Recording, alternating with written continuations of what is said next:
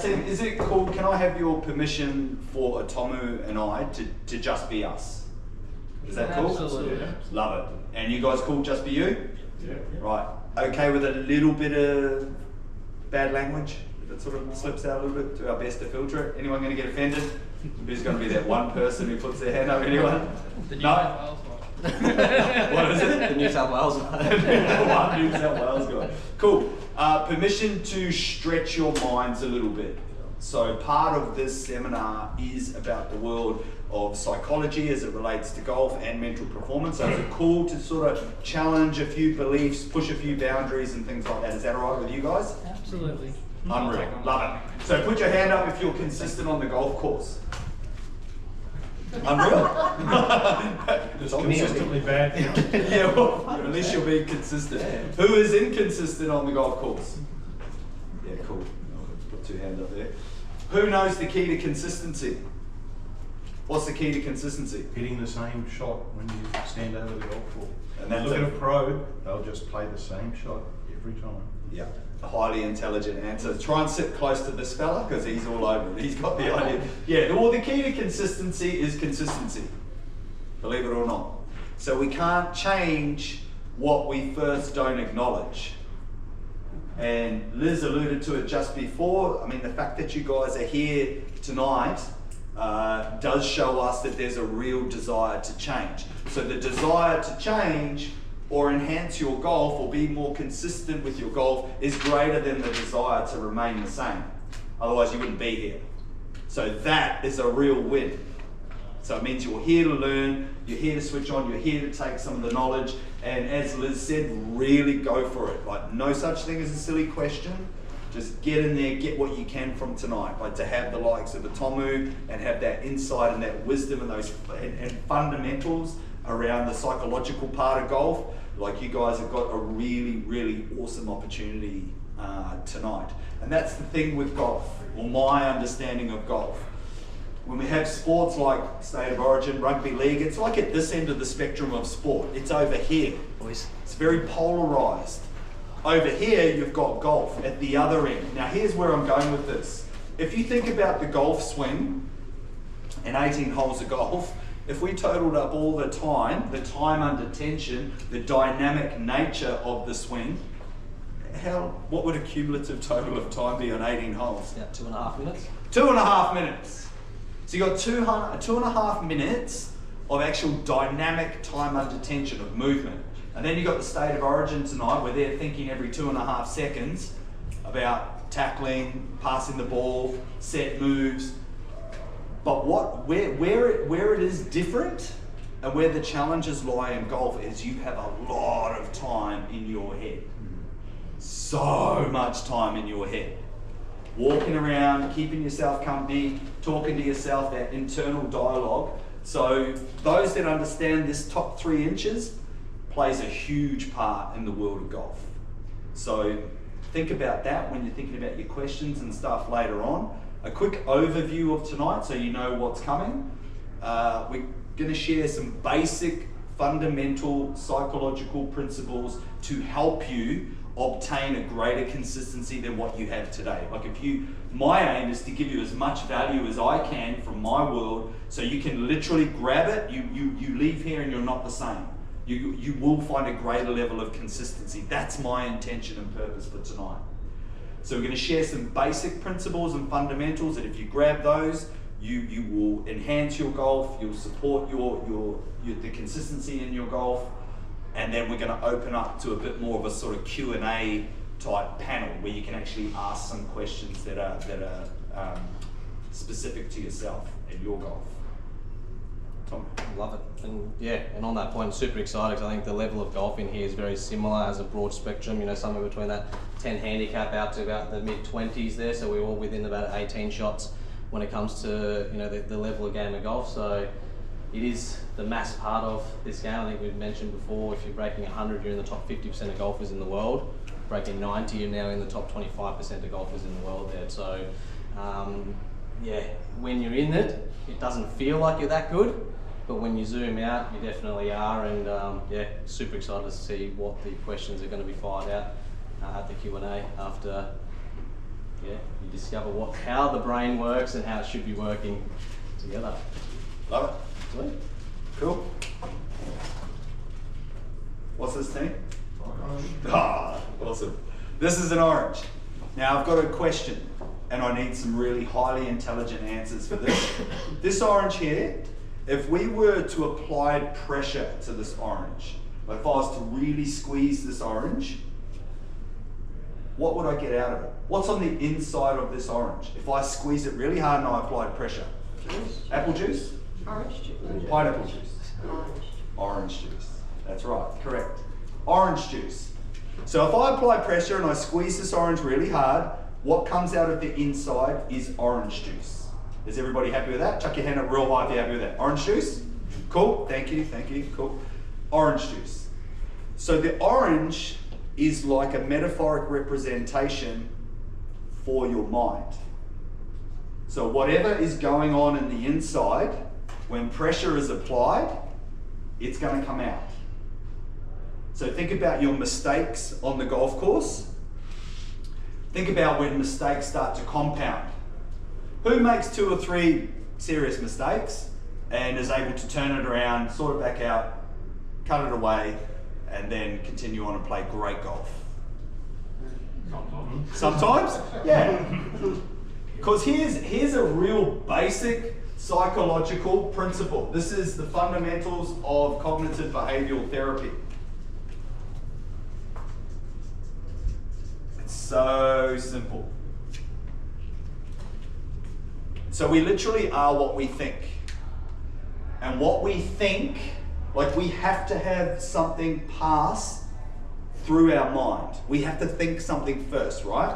And when we think something, it then directly influences how we feel or emotional response. Just put emotions. So how we think directly affects how we feel. And then how we feel directly impacts how we act or what we say. So whatever, if mistakes are compounding on the golf course and we start thinking about it, oh, this always happens. This happens every time. My short game's so shit. This always happens to me. Every time when I play on this course here, every time I'm in Coolum, it's the same thing. Same thing happens on the back nine. So how you think directly affects how you feel, and how you feel directly influences how you, like your language, how you talk, how you physically act. It influences your physiology, so what happens with your golf swing. So it's got to start here. So whatever's going on the inside with you will have a direct influence on your consistency on the golf course. So when pressure is applied, and I like the term pressure, not stress. So when stress or pressure is applied, whatever's going on the inside is going to then perpetuate to the outside. Does that make sense? Mm-hmm. Tim, I want you to talk to the person next to you for about 45 seconds, but you have to have a highly intelligent conversation about what I just shared. 3, 2, 1, go. This is an interactive seminar. Make sure you start talking.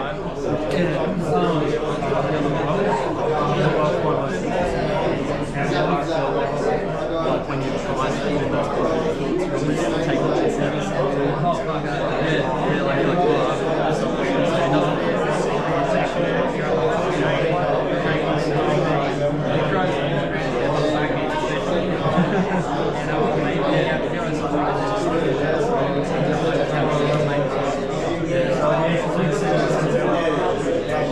when you are telling yourself this, even if you don't tell yourself, because sometimes I start to 15 seconds to go.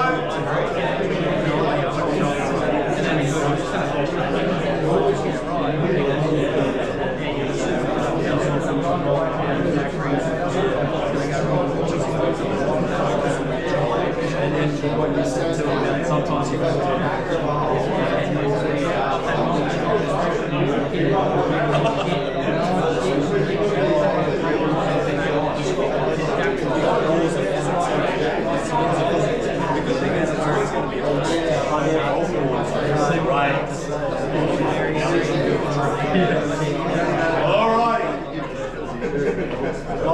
team? We have got a clever room. That was a long conversation. I need 2 or 3 people. Just give us back what your thoughts were, just on that first little bit. Talk about the orange, talking about pressure, talking about think, feel, act.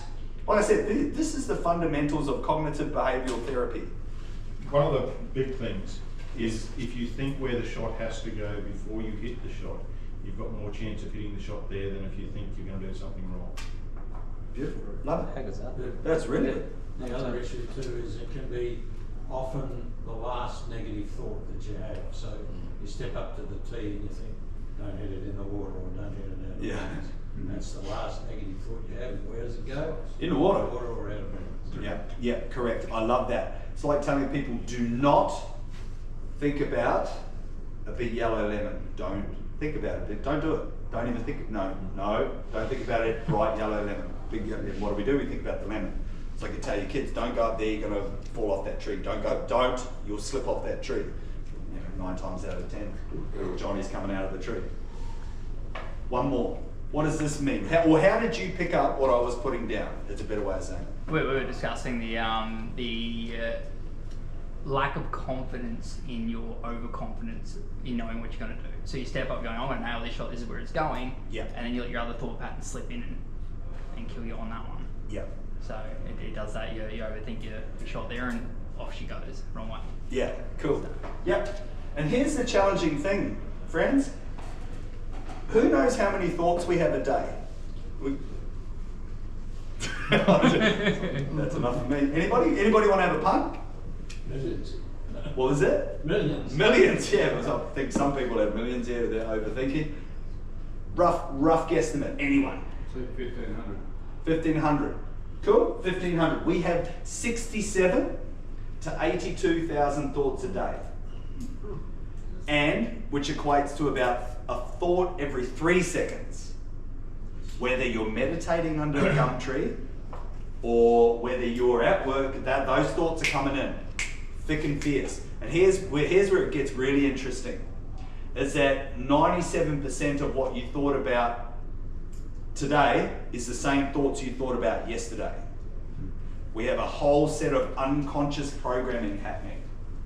So when similar things happen, they start similar responses. And we're actually wired for negativity. It's a primal, it's a primal part of our biology. It's a primal part of our psychology. It's what keeps us alive. So we have a bias, or we're subjective or polarized towards negativity. So you actually have to work a little bit harder to try and dissolve that or neutralize it or see the positive and the negative. Does that make sense, team? Yeah. I was fortunate to work with Lydia Coe for 18 months, not as a mental performance coach, but as a strength and conditioning coach at the New Zealand Institute of Golf. And one of the things that her mental performance coach, who is my mentor, taught Lydia was when mistakes happen to be curious. So every time Lydia Coe shanked it or whatever she did, instead of like bending the club or launching the club, she would be like, isn't that interesting? I wonder what happened there. To challenge the negativity bias and to challenge that negative thinking. Cool. Anyone have any questions so far? No? Awesome. I'm going to start with a basic principle.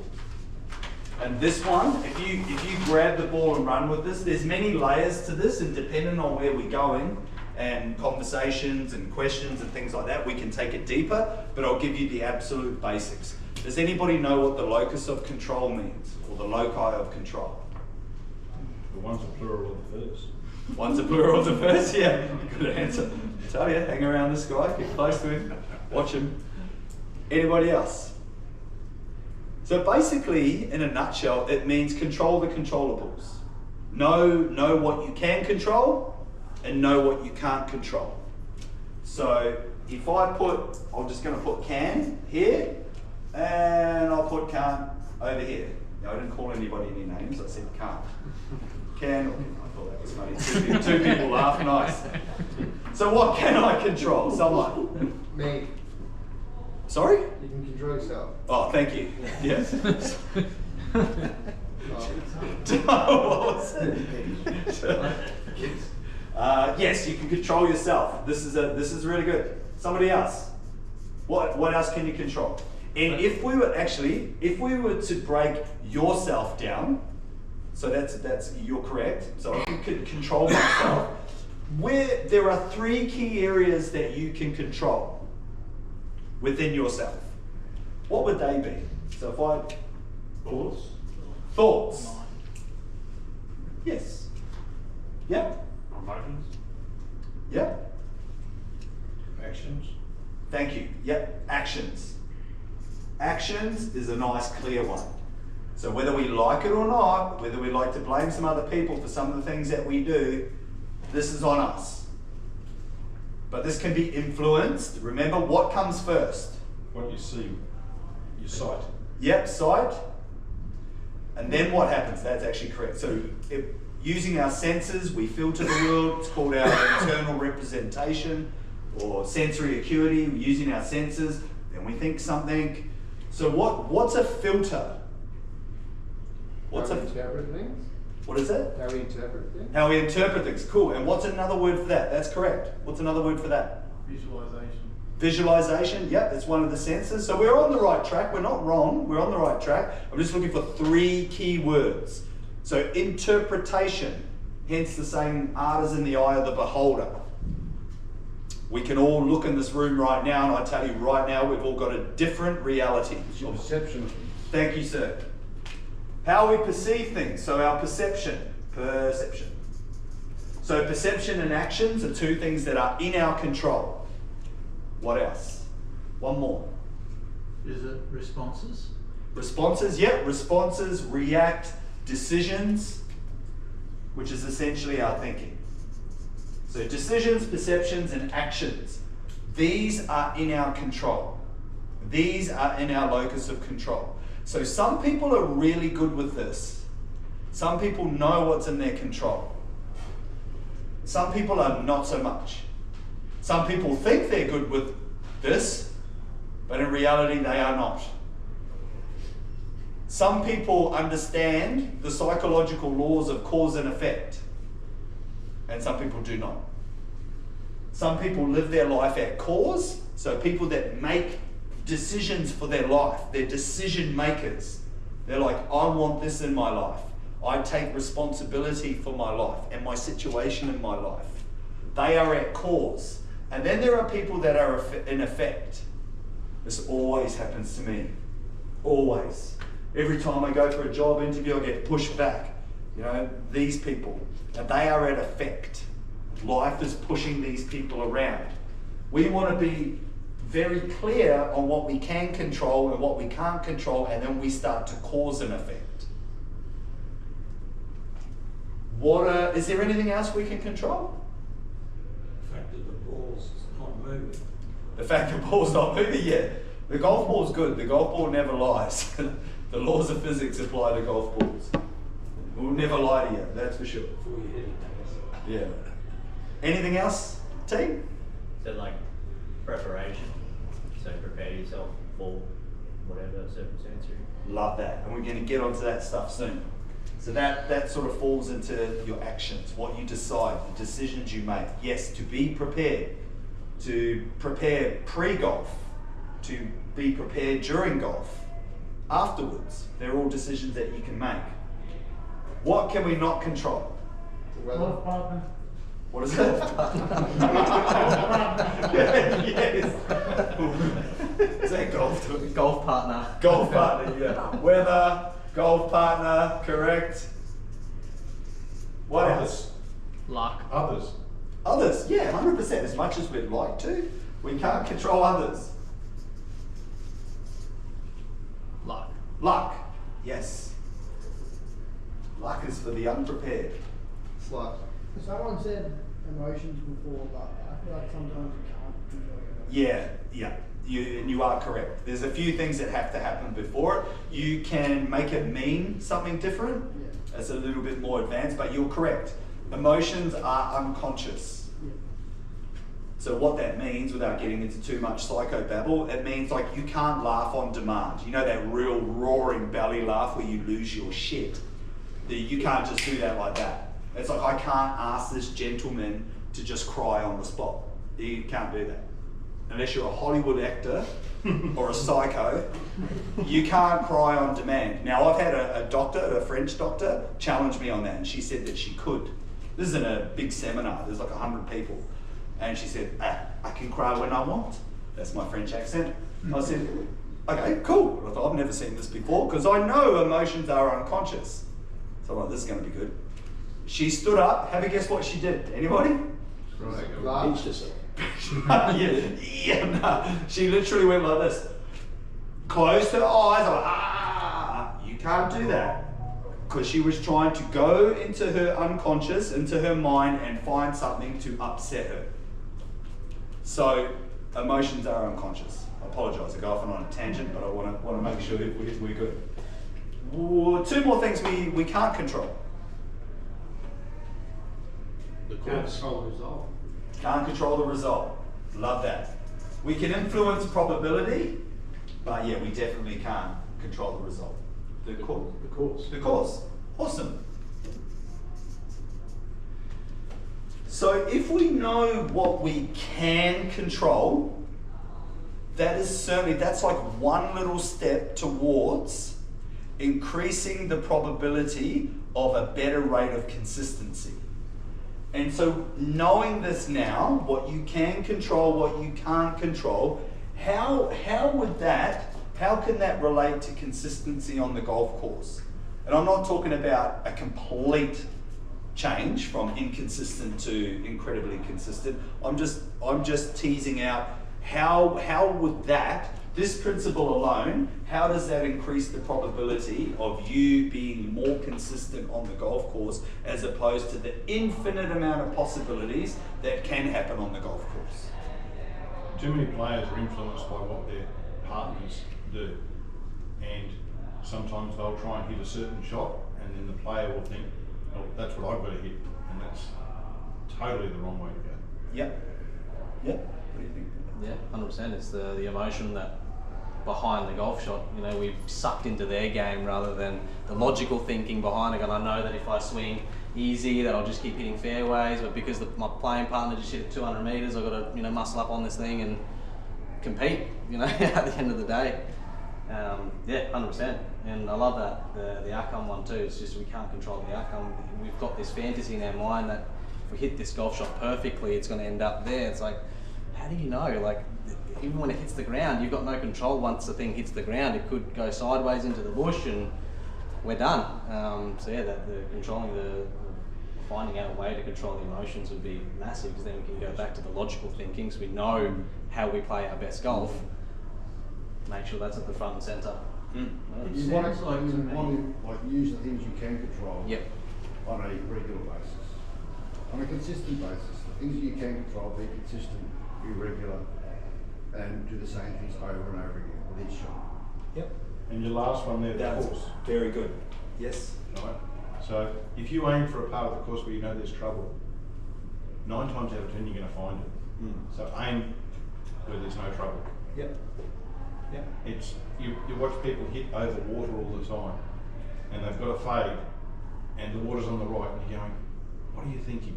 Yeah. If your ball goes right to left, you aim down that right side. But if your ball goes left to right, the last place you want to be is on that left side of the golf course. That's right. I used to have a mantra about when I'm struggling.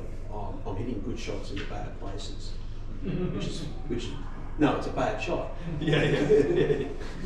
That's a good golf round. I was thinking my mind was bending a bit there. I was like, hold on a second. Oh yeah, no, I see what you're doing. Yeah. I really got onto that one. Yeah. And it's just gone behind the tree. Well, I shouldn't have been able to do it in the first place. Don't wake the bump, you don't hit it in there. Yeah. Anybody else got any thoughts? It sounds like to me that you're heading for stay within yourself. Is that true? Stay within yourself? Yeah. Well, Not be affected by what's outside? thank you. Yeah, and that's exactly where we're heading. Well, exactly where I'm heading. Because that's fundamentally that's what it is.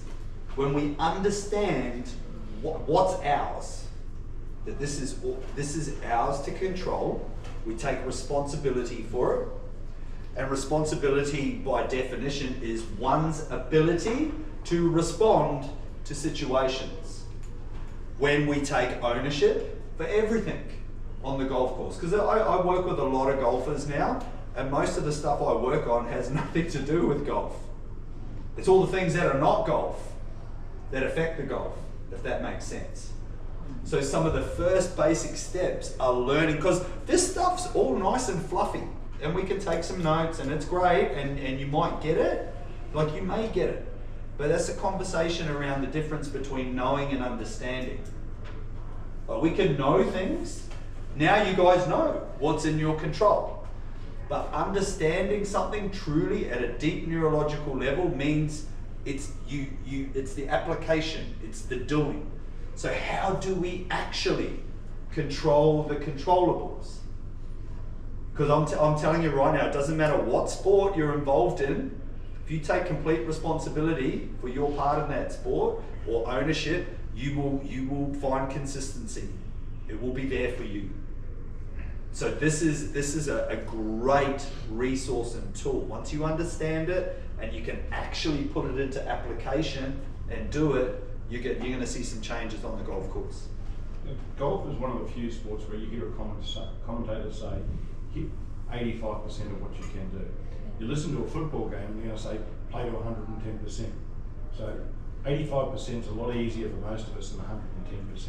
Absolutely. Yeah, absolutely. And that's probably where you're going with what you're saying is find a level of consistency that you can get to and play to that level of consistency. Love it. I think it's also got a lot to do with playing to your handicap. If you're going to a par, you're hitting to a par 5, you're not, if you're off a handicap like me, you're not going to get there in 3 shots every time. Play to get there in 4 or even 5. Because you might get 2 strokes, so that's a par. Yeah. So, you know, play for a par is basically what I'm saying. Yeah. And every now and again you'll get a equivalent of a birdie. A net par versus a par. That's what people should be aiming for. Yeah, for sure. It's one of the very unique games where I could go and play a game of golf with any one of you guys and have a competitive game of golf because of that handicap system. And I can't slam dunk like a Michael Jordan can, you know, but for that one particular shot and that moment, we can do it, but we can't be bluffed that that's going to happen all the time because, again, it's something that we can't control. And I can guarantee if we sit here long enough, we'll end up with a bigger list of can't do's than what we can do, which then means when we're playing golf, if we're consciously thinking about all the things that we can't physically control, after 4.5 hours of doing that, we're done. We're absolutely toast. You find some new ones. 100%. Where if you go, you look at the good players, they'll just be so specific on what are the things that they can control and know that those are the critical drivers that help them hit good golf shots. They're not upset if they don't hit good golf shots. So you'll see the best players in the world still hit it in the bush, they still hit it in the water. But how they know that if they keep repeating the things that they can do, the outcome just takes care of itself. So one of Tiger's course management plays was aim for a conservative spot and swing aggressively to it. Commit. Give it everything you possibly can. Where, because we've hit this one shot before, we aim for the aggressive spot and swing conservatively to it, it's not going to happen. And you keep doing that over and over and over again, and we just, like I said, that list just keeps getting bigger and bigger and bigger. And I'm stoked to see, 20 plus people in here that have gone, I'm going to take ownership of this game and I'm going to do something about it, because that alone is massive. Chris Gandry, a good friend of mine, made that conscious decision. It's like, I can keep playing bad golf, but I'm going to now choose to play good golf. It sounds silly, but it is. It's like, I've had enough. I've had a gut full of playing bad golf. I'm now going to make a choice to play good golf. And then... Chris, that's you, man. Yeah. Thinking differently, feeling differently, because that's the thing, perception is in your control. Yeah. You can decide to make something mean whatever you want. Correct. So, what we might do, tease out a few more thought processes around this, Then I'm going to take this a little bit deeper. Is that okay with you guys? Yep. Cool. Just like have a look at the person next to you in a second and just make a commitment to them just for the next 10 minutes that if you see a string of saliva going like that, or they're like, any looking at watches, any looking at watches or any of that stuff, that you're going to poke them in the side. Okay, have a quick chat. Just tell them, saliva, yawning, you're going to poke him.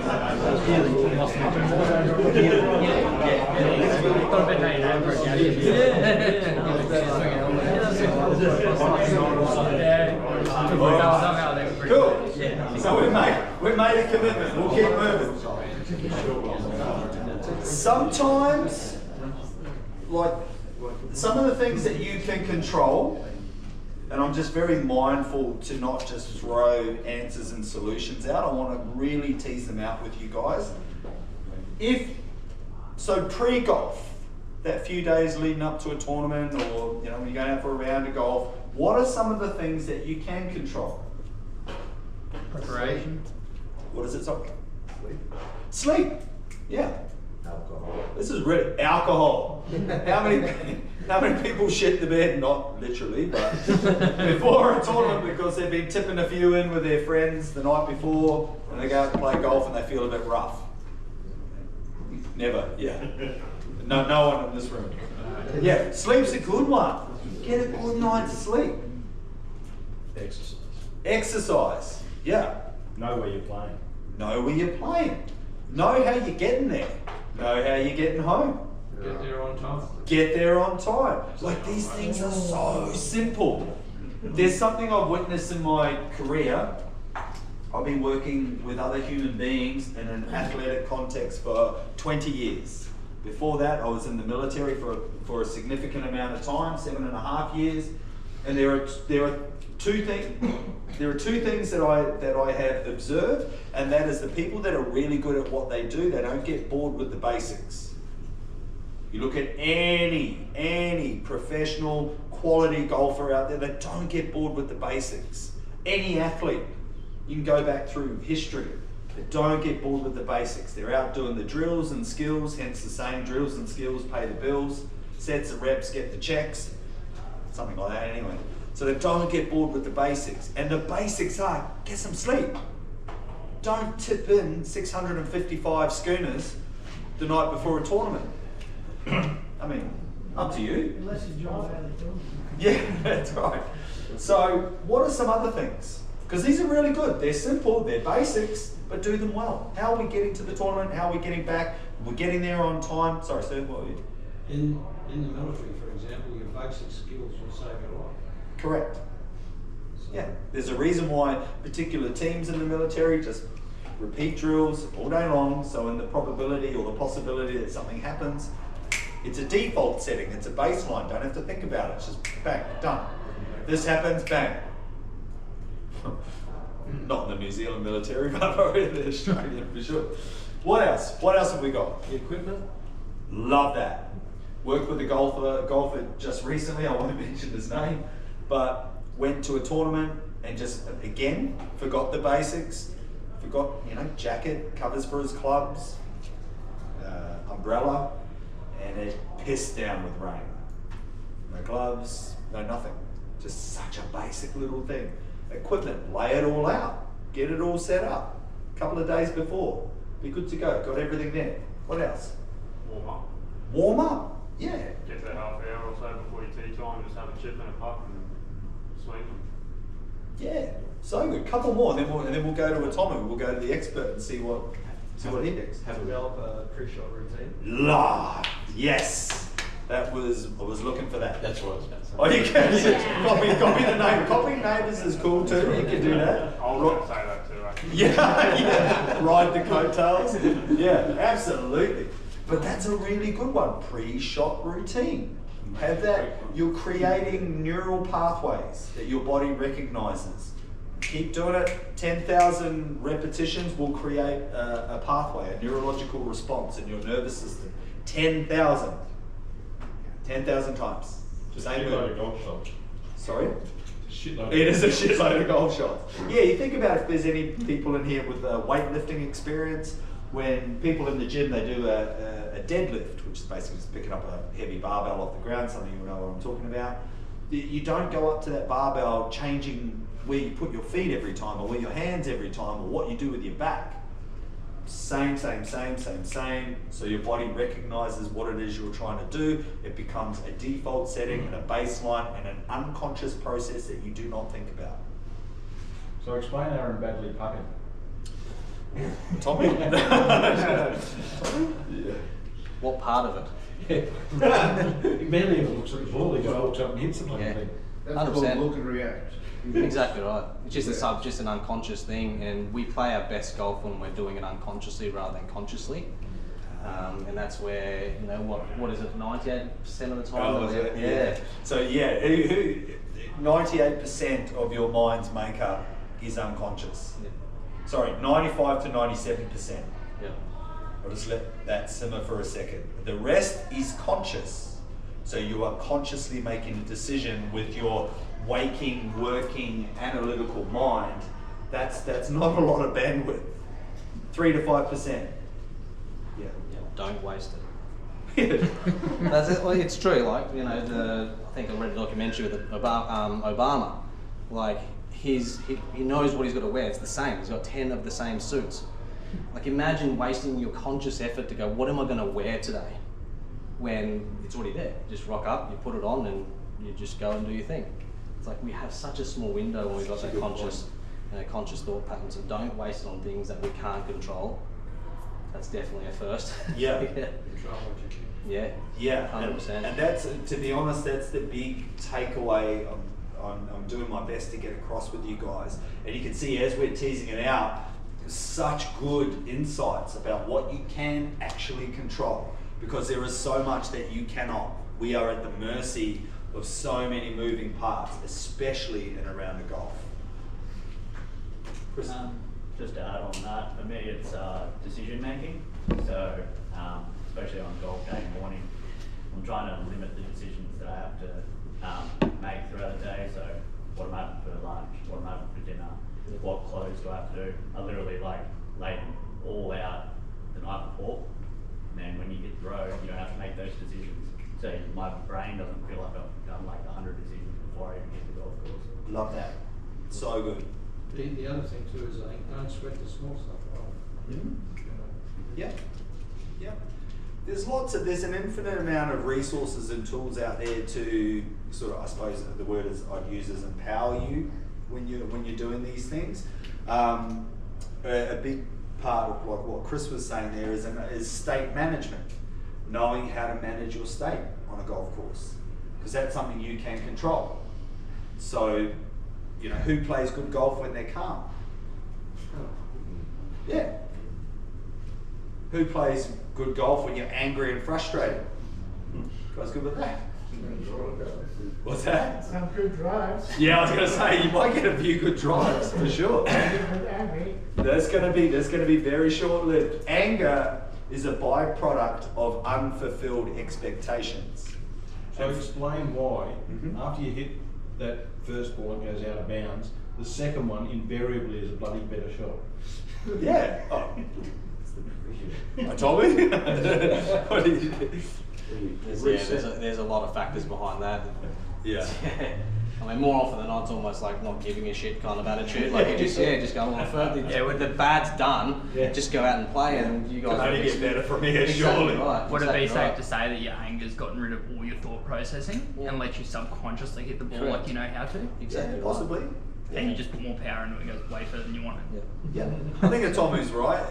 There's an infinite amount of reasons that could happen, but that's probably one of them. It's like full adrenaline dump, you're over. It's like, oh, nothing to lose. Yeah. The subconscious Increase ring. the odds of it for shit shots. yeah. Possibly can't get much worse, but yeah. I'm sure you guys would have experienced those rounds of golf too, right? Like you just played so bad, and then all of a sudden you just let it go, but it's on the 16th hole, and you've just played beautifully for the last 3 holes, or even playing that last hole well. It's like we're thinking so much about how not to do it rather than just let it be. You know, you guys are better than what you think you are. you know, there's self-belief element behind it. It's like I said, you guys are top 25, at least top 25% of golfers in the world. You've got the ability to do it. You've got the knowledge, you've got the skill to do it. Just let it go and just let it do what it wants to do, and you'll have an amazing time playing the game of golf. Good company, good weather. Yep. 2 out of 3 ain't bad. Yeah, 100%. Yeah. I feel like that's a t-shirt or a polo that could be made. That's very good, very good. I feel like even like tension, because I've noticed with myself, like when I go have social rounds over the last few months, they've been my good rounds. I've started breaking 90, and then I go for a comp round, and I know it's coming up, and I know I want to score well. I'm like, oh, I want to have some like this amount of pars, and maybe a couple of birdies here, and I'm trying to think about the whole round before I even started. Where I'm starting to go, right, yeah, well, I'll just work what I need to do for this shot, and then just go shot by shot, and all of a sudden I started scoring well in comp rounds. It's like, well, it's all enough, buddy. Well, yeah, I'm the reverse in that I'll play better in comp and match play because you're constantly focusing. And you know, in match play, especially because it's each hole, you reset. And whereas social, I hate it because you go off on weird tangents and oh yeah, I can make that, I can do this. And you're hitting $6 balls into the bush. So, Yeah. Yeah, what we give our energy to basically becomes our reality. Again, it's a basic principle. Some of you may have heard this before, where your attention goes, so too does your energy, and what you focus on will become your everything. So if we start to develop these little common threads of, oh, when I play socially, if I'm just out with my mates, it goes well, but as soon as a tournament's coming, you know, that's where your energy's going. That's going to start creating a reality for you until such time as you get the tools or the resources to challenge that way of thinking. Because remember, I'll come back to that first little poster. It's got to come through here first before you start feeling some things. Yeah. Anybody got any questions so far? You guys are doing really well. Any questions? Yeah, what do you do when there's that much pressure, your juice is flowing out of you, and you're trying to get back to what you can control, but you're just that flooded with that amount of emotion that Oh, I love this. you're on? It's a great question. They say the quality of your life is determined by the quality of your questions that you ask, and that was a very good question. So that comes back to state management. Ladies and gentlemen, pressure is a privilege. Pressure is a privilege. Because on the other side of pressure is like new life, is growth, is a greater strength and understanding that you never knew you had. So pressure is a privilege. It's not nice at the time, like it's really challenging, but it's good in the long run, right? So to answer your question, when you're overwhelmed with emotion and you're overwhelmed with pressure, who here knows how can we control our nervous system? How do we control our neurology? Breathwork. Was that you, man? Well done, mate. Yeah. Guys, give Ben a round of applause. Give him a round of applause. That was really good. You've done this before. I just said breath, was it? Yeah, correct. Breath or breath work. So the swiftest way to influence your neurology is through the breath work. Neurology being nervous system. So we have two parts of our sympathetic nervous system. So we've got the parasympathetic nervous system, and then we've got our sympathetic nervous system, which is more commonly known as our fight, flight, or freeze response. Who's heard that terminology before? Yeah, it's pretty out there. Most people have heard it. So we're either going to want to stand our ground and fight something, or we're going to run away from it, or we're just going to stand and be like a possum in the headlights. At the other end, the polarized end of that spectrum is our parasympathetic dominance. Now, parasympathetic, I remember it because of the word para, reminds me of a parachute. And what does a parachute do? What slows you down. Slows you down, that's right. So sympathetic dominance, that's we're fighting, we get surges of adrenaline, we get cortisol, we get stuff that's going to prepare us to fight the tiger that runs through the door, or run away from the tiger that runs through the door, or bend the golf club, or launch the club. So, but in our parasympathetic response, everything calms down. So your heart rate will calm down, your breathing will calm down, you will become hyper focused, hyper alert, and you will just get this overwhelming sense of peace. At a cellular level, the cells start to rejuvenate, it's a good state for healing, and in the context of golf, it is a very, very, very, very good state to be in when you're picking your next shot, when you're making your line, when you're calming down, when you're trying to cut away the mistakes that are compounded. So the quickest way to do that is through the breath. So breath work. Can anybody here share how would you do that on a golf course? So we've got pent up pressure and emotions, we're losing our shit. How are we going to help this gentleman? Deep abdominal breathing. Who was that? That was spot on. Deep abdominal breathing. So the difference between C grade and B grade is stepping away from the ball when you know. Step away, take a breath. Yep. And start your process again. Love it. This is called managing our state. So deep abdominal breaths, some of the easiest ways, mate, is literally, there's literally like thousands of different ways to do it, but slow nasal breath, 3 to 4 seconds in, 3 to 4 seconds out, and just slow it down to 10. You will have no choice. Our body is designed for it. As soon as we slow that breathing down, you will plunge into your parasympathetic response. And if you're good enough to do a diaphragmatic abdominal breath, it's going to happen even swifter.